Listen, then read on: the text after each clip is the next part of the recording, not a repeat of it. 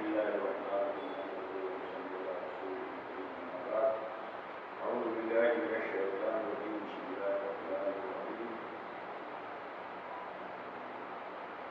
درود شریف پڑھیے حضرات. اللهم صل على سيدنا محمد وعلى آل سيدنا مولانا محمد وأصحابه وبارك وسلم عليه. ایک بار اور درود شریف اللهم صل على سيدنا مولانا محمد وعلى آل سيدنا مولانا محمد دائما ابدا.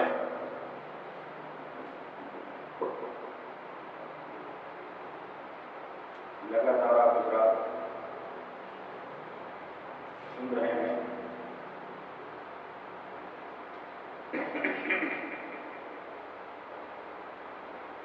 سورہ فاتحہ کی تفسیر کے سلسلے میں الحمدللہ رب العالمین الرحمن الرحیم.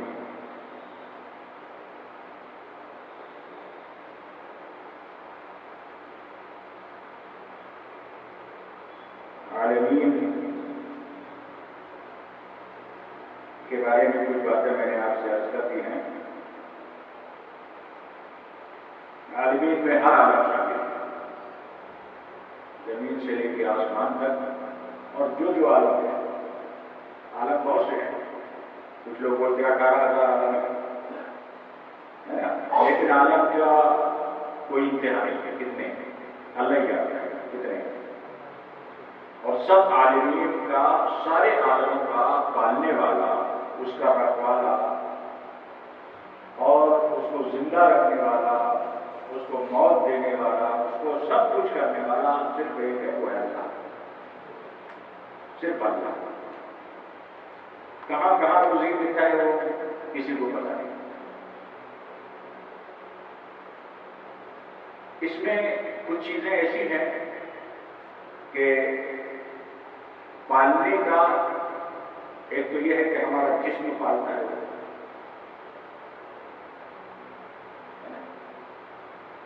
جسم پلتا ہے کھانے سے، غذا سے. کھانا کھائیں گے یا جسم کو جو ضرورت پڑتی ہے اس سے وہ کھائیں گے وہ چیزیں، تو ہمارا جسم پلے گا، بڑھے گا. اور اس جسم کے ساتھ میں ایک جسم خاکی جو مٹی سے بنا ہے، اور اس جسم کے ساتھ ایک چیز اور بھی ہے جو ہمیں زندہ ہے، اور اس چیز کا نام ہے روح. روح نام ہے اس کا. تو جسم جو یہ ظاہری جسم ہے یہ پلتا ہے غذا سے، اس کی پرورش ہوتی ہے غذا سے. اور روح کی جو پرورش ہوتی ہے وہ غذا سے نہیں ہوتی. اور روح جو ہے اس کی اصل یہ ڈھانچہ جو ہے، یہ ڈھانچہ تو ہے، لیکن اگر روح نہ ہو تو ڈھانچہ بیکار ہے، اس کی کوئی قیمت نہیں. اور اگر روح ہے تو ڈھانچے کا ہر عضو، ہر انگ کام کرتا ہے نا. آنکھ کام کر رہا ہے، دماغ کام کر رہا ہے نا، آنکھیں کام کر رہی ہیں، زبان بول رہی ہے، پیر کام کر رہے ہیں. اور اگر وہ نکل جائے تو سب کچھ تو ہے، دیکھنے میں سب کچھ ہے، لیکن سب نے کام کرنا بند ہے. یعنی یہ فیضان روح ہے جو ساری چیزوں کو حرکت میں رکھے ہوئے ہے نا. تو جسم کی پرورش کھانے سے ہوتی ہے، لیکن روح کی بھی پرورش کرنا ہے تو اس کی پرورش کون کرتا ہے؟ سمجھ رہے ہو کی بات؟ روح کی پرورش کون کرتا ہے؟ اللہ تعالیٰ رب العالمین ہے، سارے عالم کو پالنے والا. تو روحانیت اور سب میں روح ہے، ہر عالم میں ہر چیز میں روح ہے. میری باتیں سمجھ رہے ہو آپ لوگ؟ نہیں سمجھ رہے ہو نا؟ تو سب میں روح ہے. جیسے ایک چیوٹی ہے، کیا اس میں روح نہیں ہے؟ اس میں بھی روح ہے. ایک مکھی ہے، اس میں روح نہیں ہے؟ اس میں بھی روح ہے. ایک مچھر ہے، اس میں بھی روح ہے نا. اور انسان میں بھی روح ہے، سب میں روح ہے. ساری مطلب وہ چیزیں جو انسانوں سے الگ ہیں، فرشتوں میں بھی روح ہے، جناتوں میں بھی روح ہے نا؟ تو سب کے تقاضے الگ الگ ہیں، سب کے تقاضے الگ الگ ہیں، سب کی غذا الگ الگ ہے۔ ہم میں جو روح ہے وہ کیا چیز ہے نا؟ اور فرشتوں میں روح ہے کیا چیز ہے؟ فرشتوں میں بھی جسم ہے، ایک لمبی بات ہے، لیکن ہم جو بتانا چاہتے ہیں وہ یہ ہے کہ ہماری روح اب اپنے میں آ جائے، ہماری روح، ہمارا جسم اور ہماری روح جب ہم کھانا کھائیں گے، اچھا کھانا کھائیں گے تو اچھا جسم بن جائے گا، اور اگر کھانے میں کچھ کمی آئے گی تو کھانا جسم کمزور ہو جائے گا۔ بے عینی ہی ایسی ہی بلا مثال ہماری روح کو بھی غذا کی ضرورت ہے، لیکن روح جو ہے یہ زمین یہ خاکی جسم کو بے شک زمینی جسم غذا کی ضرورت ہے، لیکن جو روح ہے اللہ تبارک و تعالیٰ نے ہمارے اندر روح ڈالی ہے۔ ایک مرتبہ حضور سے بھی سوال ہوا قرآن میں ہے، یسألونک عن الروح، کچھ لوگوں نے سرکار سے پوچھا تھا کہ روح کیا چیز ہے، بتا دیجیے ہمیں۔ یسألونک عن الروح، آپ سے روح کے بارے میں کچھ لوگ پوچھتے ہیں، تو اللہ تعالیٰ نے فرمایا کہ یہ نہیں جان پائیں گے۔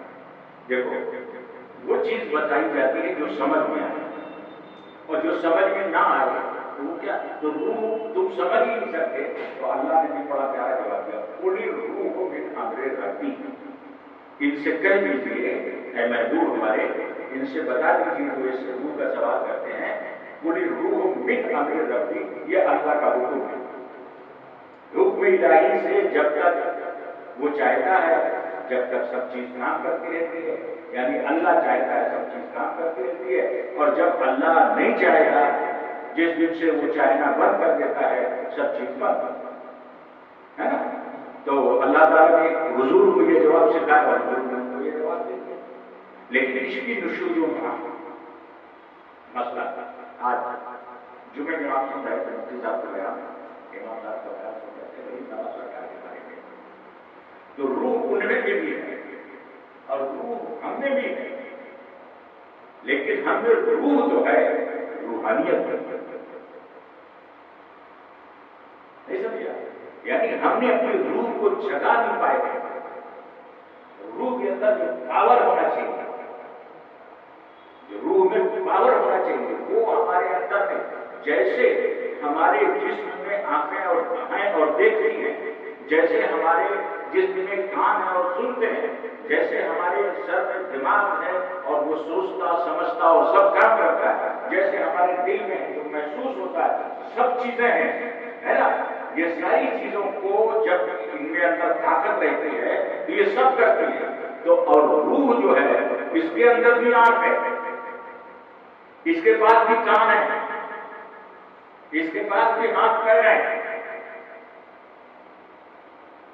تھوڑا سا باریک ہے بات لیکن سمجھنے کی ہے، اگر سمجھو تو سمجھ جاؤ، اس کے پاس بھی ہاتھ ہے، اس کے پاس بھی پیر ہے نا، اس کے پاس بھی دماغ ہے، اس کے پاس بھی دل ہے نا، اور وہ کیسے، آپ سوچ رہے ہوں گے ایسا کیوں، تو دیکھو کیسا فرق ہو جاتا ہے، کتنا زیادہ فرق ہو جاتا ہے کہ ہماری آنکھ کہاں تک دیکھتی ہے، کہاں تک دیکھ سکتی ہے، وہ آج آپ جانتے ہو، میں نہیں بتا سکوں گا، ہماری آنکھ جہاں تک دیکھتی ہے ہم خود جانتے ہیں، لیکن یہی آنکھ جو ہے غریب نواز کے پاس بھی ہے نا، دیکھنے میں تو ویسی آنکھ ہے جیسے ہماری ویسے ان کی بھی آنکھ ہے، لیکن ان کی آنکھ کی روشنی کیا کا عالم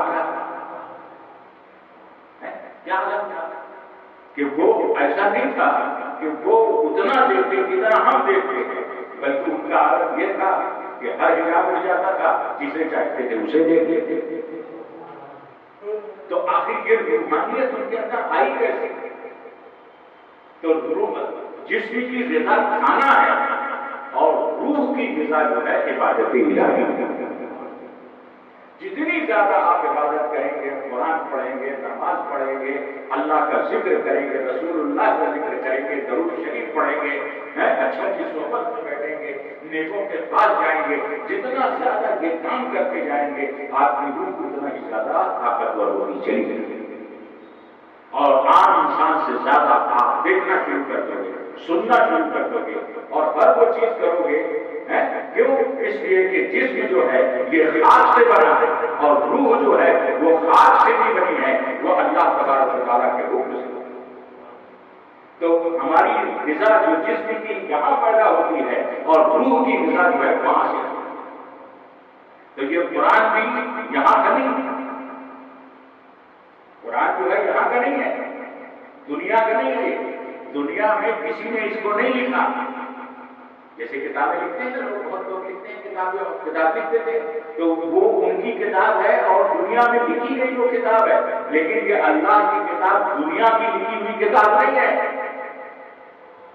اسی لیے اس کو حضور نے بھی نہیں لکھا، اللہ کے پاس سے آئی یہ کتاب. اور تعجب ہے یہ کہ ہر کتاب جو ہے اپنے وجود کے لیے، ہر کتاب اپنے وجود کے لیے الفاظ و معنی کی محتاج ہے، آواز کی محتاج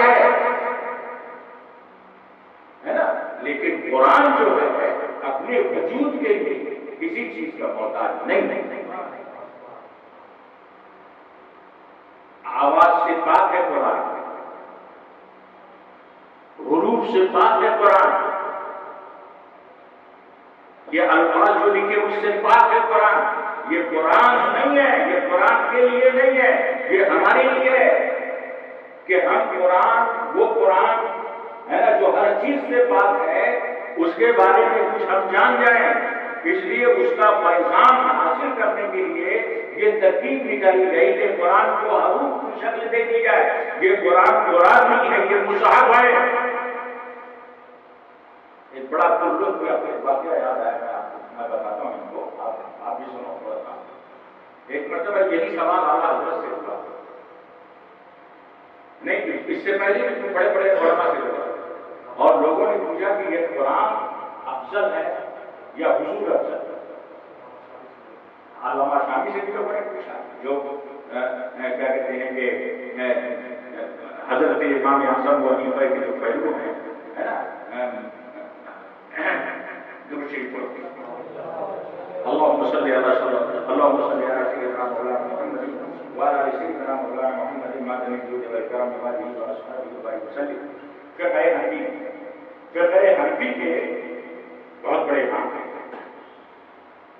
ہے نا، اور بڑے بڑے ائمہ جو ہے فقہ شافعی کے بڑے بڑے ائمہ ہوئے ہیں، جیسے امام شافعی، امام بخاری، امام مسلم، ہے نا. یہ بڑے بڑے دگگج لوگ، بڑے بڑے لوگ، یہ مسلک شافعی سے تعلق ہے. اور حضرت علامہ شامی عربی شامی سے تھے، یہ فقہ حنفی کے بہت بڑے، اور ان کی کتاب شامی جو ہے یہ بڑی معتبر کتاب. ان سے بھی سوال ہوا تھے اور بھی کئی آدمی سے سوال ہوا بڑے بڑے لوگوں سے، لیکن اس کا جواب لوگ یہ نہ کہا جائے کہ نہ دے پائے. لیکن اس وقت مستحضر نہیں تھا، اس وقت ذہن میں نہیں ہوگا، ہے نا. یہ تو فضل الہی ہے کہ اللہ تعالیٰ علم جو ہے جس کے سینے میں ڈال دے. کوئی دعویٰ نہیں کر سکتا کسی چیز کا، جو دعویٰ کرتا ہے وہ جھوٹا ہے نا. نبیوں کے علاوہ اللہ کے ولی ہیں، ان کا بھی دل جو ہے نور سے معمور رہتا ہے، اللہ کے نور سے معمور رہتا ہے. یہ کہہ دیا یا رسول اللہ کے نور سے معمور رہتا ہے، تو ان کے ہاں اندھیرا نہیں ہوتا، ان کے دل میں اندھیرا نہیں ہوتا. مگر ہمارے دل میں تو اندھیرا، ہم بھول جاتے ہیں، ہم نسیان ہے ہمارے اندر، مستحضر ہمیشہ کوئی مسئلہ مستحضر رہے، ہمیشہ حاضر رہے، ہمیشہ دل میں چمکا، یہ ضروری نہیں ہے. تو علماء سے پوچھا گیا تو مستحضر نہیں تھا، ان کے دل میں اس وقت نہیں دیا جواب، تو انہوں نے بول دیا کہ صاحب یہ علم جو ہے علماء کی گھٹنوں پر ایک امانت ہے، تاکہ ہمارے پاس میں اس کا جواب نہیں ہے نا. تو اعلیٰ حضرت کے پاس آیا یہ سوال کہ صاحب بتائیے آپ ہے نا، کہ یہ بتائیے کہ قرآن افضل ہے. سن رہے ہو میری بات؟ ٹھیک سے نہیں سن رہے. ایک تو تم لوگوں کو بیٹھنا بڑا عجیب ہو رہی ہے، یہاں بیٹھا کرو، یہ سب جگہ خالی پڑی ہوئی ہے، پتہ نہیں کیوں پیچھے بیٹھ کر آپ پیچھے بیٹھنے سے کوئی مطلب نہیں، آگے بیٹھو اور ہر چیز میں آگے آگے. نیک کام لگائیے، برے کام نہیں. لیکن آج کل مارکیٹ میں ہم لوگ آگے لڑائی جھگڑے میں آگے سب لوگ آگے نظر آئے، ٹوپی والے، داڑھی والے، لیکن جب دین کا کام آئے گا تو سب سے پیچھے بڑھے گا. کوئی دیکھ نہیں دین میں آگے. ایک بات صاحب بڑی پیاری بات کہتے ہیں داڑھی والے، اور یہ شادی کاری ہے، یہ بھی ولیوں میں سے تھے. کتنی پیاری بات کہی اس زمانے میں انہوں نے کہی تھی. آج شادی کاری، آج صحیح شادی ہو رہی ہے. کافر ہے تو اسباب پہ کرتا ہے بھروسہ. کافر ہے تو اسباب پہ کرتا ہے بھروسہ، مومن ہے تو بے دیر ہی کرتا ہے سپاہی. دیکھو آج کے اس دن میں کیا ہو، سپر پاور سب کے اپنی ہتھے ٹکرا، کچھ نہیں ہے ٹکرا، اتنے سے ہے ٹکرا تو کے گولوں سے ٹکرا گیا. کب ملتی ہے غلبت ملتی ہے کثیرہ. اللہ کی مدد سے چھوٹی چھوٹی جماعتیں اللہ کی مدد سے بڑی بڑی جماعتوں کا غالب آ گئے. دنیا ہے وہاں 3 مہینے سے جاتا ہوا کچھ نہیں کر سکتے، نہتے لوگوں کو مار رہے ہیں. تو یہ دیکھو مومن ہے، جب ایمان کامل ہوتا ہے تو انسان کے دل سے دنیا کی دہشت نکل جاتی ہے اور خوف خدا اس کے اندر آ جاتا ہے نا. تو یہ کیسی بات ہے، یہ مسلمانوں کے لیے اور آگے آپ ہے نا. ابھی چندہ نہیں آپ مانی رمضان میں، تو غور سے سن رہا ہوں میری بات. ہاں تو آرام کے ساتھ میں آیا یہ فتویٰ آیا کے ساتھ بتائیے قرآن افضل ہے کہ رسول اللہ کا. تو آپ نے فرمایا کہ الحمدللہ فقیر کا سینہ روشن ہے. الحمدللہ سرکار کے فرزان سے فقیر کا سینہ روشن ہے اور جواب حاضر. اب آپ جواب سنو اور اس امام کی بارگاہ میں خراج عقیدت پیش کیا، جنہوں نے بہت مختصر سی عمر میں ہزاروں کتابیں لکھا، جس کو آج بڑے بڑے علماء پڑھ نہیں پا رہے، انہوں نے لکھا. جواب دیتے سنو. فرمایا آپ نے کہ دیکھو اگر قرآن سے مراد وہ سائل کی مراد یہ ہے کہ قرآن وہ قرآن جو کلام الہی ہے، یعنی اللہ کی صفت ہے. اللہ کا ایک نام ہے عالم ہے نا، اسے علیم کہتے ہیں، اسے خبیر کہتے ہیں. تو وہ صفت الہی وہ قرآن مراد ہے جو اللہ کا کلام ہے اور صفت الہی ہے، تو اس سے افضل کوئی نہیں ہو سکتا. وہ افضل ہے، یعنی میری بات سمجھے، وہ افضل ہے. لیکن اگر سائل کی مراد یہ مصحف ہے جو کاغذ میں لکھا گیا، جو حرفوں کے ساتھ لکھا گیا، جس میں زبر زیر پیش لگائے گئے ہے نا، جس کی ہم اور آپ تلاوت کرتے ہیں، تو چونکہ وہ صفت الہی ہے، وہ کلام الہی ہے، اور اب یہ جب مصحف میں آ گیا تو ان اوصاف سے الگ ہو گیا. نہیں سمجھے. ہم پڑھ رہے ہیں جیسے میں نے کہا الرحمن الرحیم، پڑھا کہ نہیں پڑھا؟ آپ نے سنا اس کو الرحمن الرحیم کو سنا؟ تو قرآن جو ہے آواز سے پاک ہے. صفت الہی جو الرحمن الرحیم اللہ کی صفت، اس کو قرآن آواز سے پڑھا نہیں جا سکتا، اس کو اس میں لکھا نہیں جا سکتا ہے نا. تھوڑا سا بہت زیادہ باریک میں بول رہا ہوں لیکن سمجھانے کی کوشش ضرور کر رہا ہوں. تو اگر آپ کی مراد سائل کی مراد یہ ہے جو مصحف ہے، جو لفظوں میں لکھا گیا ہے، آواز سے پڑھا جاتا ہے، اور وہ جو کتابی شکل میں موجود ہے تو اب دیکھو اللہ تعالیٰ جو ہے، اللہ پاک جو ہے اپنی تمام صفتوں کے ساتھ موجود ہے نا.